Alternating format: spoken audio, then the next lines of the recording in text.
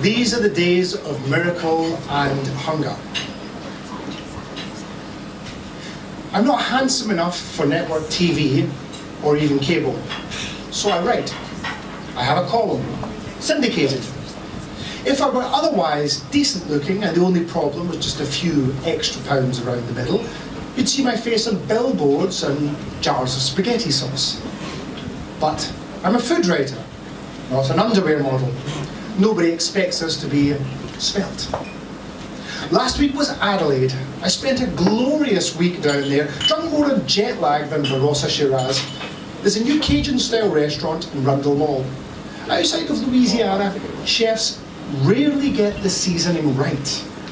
It's not black enough and too spicy. This time was no different.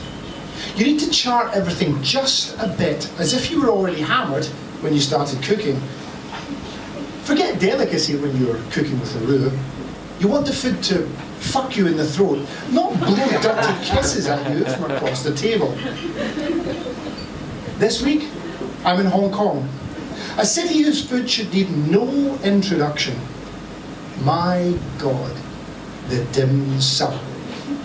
If you've never been here and tried it, then you haven't had brunch properly. It's as simple as that. Har Gow, delicate dumplings of minced shrimp, scallions, and bamboo shoots. No more than 10 pleats in the skin that seals it shut. This is the dish that proves the chef's abilities. Siu mai, dumplings again. This time with ground pork, minced prawns, black mushrooms, and ginger. Some Shaoxing wine. They're delicious. And I'm always glad to come back here for more. But last night, my final night in this city, well, I saw something. I'm not superstitious, but I thought it was a ghost in a restaurant. A cha chan teng, if you know a bit of Cantonese, the local tea shop restaurants with huge menus that serve a bit of everything. They do spaghetti and French toast. Hell, they do spaghetti on French toast. There's a drink that's a mix of tea and coffee. I don't want to think too much about that, but the locals swear by it. So this ghost was sitting at the table across from mine, just looking at me. I could tell he wasn't alive because A, no one looks at me like that if they aren't a fame whore mainly interested in the cameras, and B, my face is so cubist that even Brat would have winced. This nice-looking young Chinese man couldn't take his eyes off of me.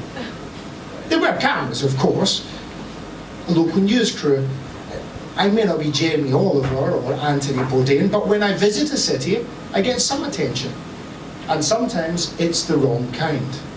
Our patrons become our parasites. I've given up telling the camera crew to find my good angle because I don't have one.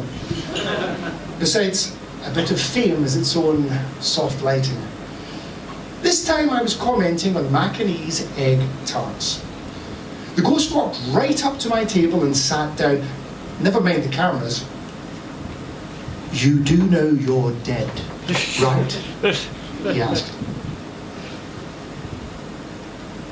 The bite of egg tart went down like a sick oyster in sweet syrup. Yes, there was a bit of a scare back in Spain, but I got right up and kept going. Didn't I? Excuse me? I asked when I could talk again. You're dead. Hasn't anyone told you? We're recording a show here. Would you excuse me? I glared at the crew, the director, the cameraman, the ones who were supposed to bat the curious away when they bothered us. You died in Seville after the tapestry. Too much work. Your heart gave out. Nobody told you? Somebody tried, but I fired him. The nerve of this asshole pointing out that I died. I didn't care how handsome he looked, like a supporting character in one of those Asian soap operas. I had a food tour to finish, columns to write, interviews to give, and there was a great deal of money involved. If I'd been too busy to notice a fatal heart attack, then so be it. The dead can eat more. The local production assistant finally remembered he had a job to do and stepped up to wave this strange young man away. Now we're back at the hotel room. Questions circle. When was the last time I slept exactly, or used the bathroom? You can't be a restaurant critic with a travel schedule like mine and not take the occasional epic dump. I summon my assistant over for a word. He looks up from packing my suitcases. We're leaving on a red-eye flight to Vancouver in a few hours, going on to Saskatoon, another city that's finally having a moment. From there, am I looking a little tired lately? Maybe a little, he says. You've been going non-stop. Just 2 more cities after this, Saskatoon and Guadalajara. I think we can make it. There's a knock on the door. I nod at Mitch to go answer it. When he does, it's the young man from the restaurant earlier tonight.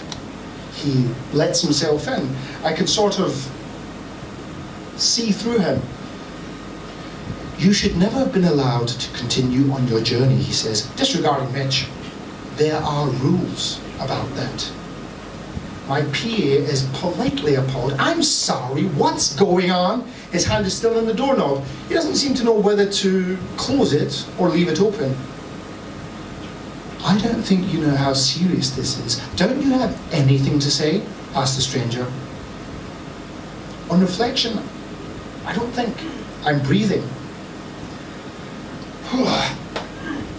I wouldn't mind a bit of a snack, actually. I nod to Mitch, my assistant. He understands my intention. He shuts the door and waits.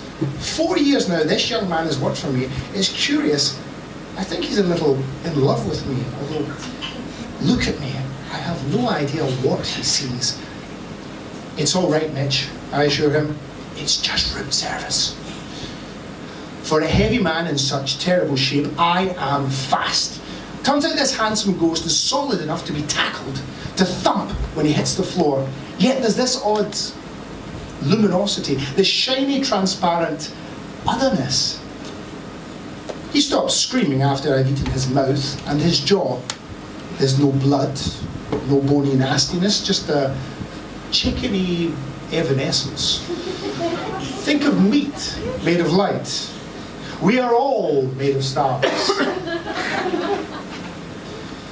Mitch helps out when I start slowing down. The more we eat, the less of a ghostly intruder there seems to be. And afterward, we sit in the hotel room staring at each other, shocked but stuffed. Just 2 more cities, I remind him, trying not to think of how I must look. I check my watch. We need to get to the airport.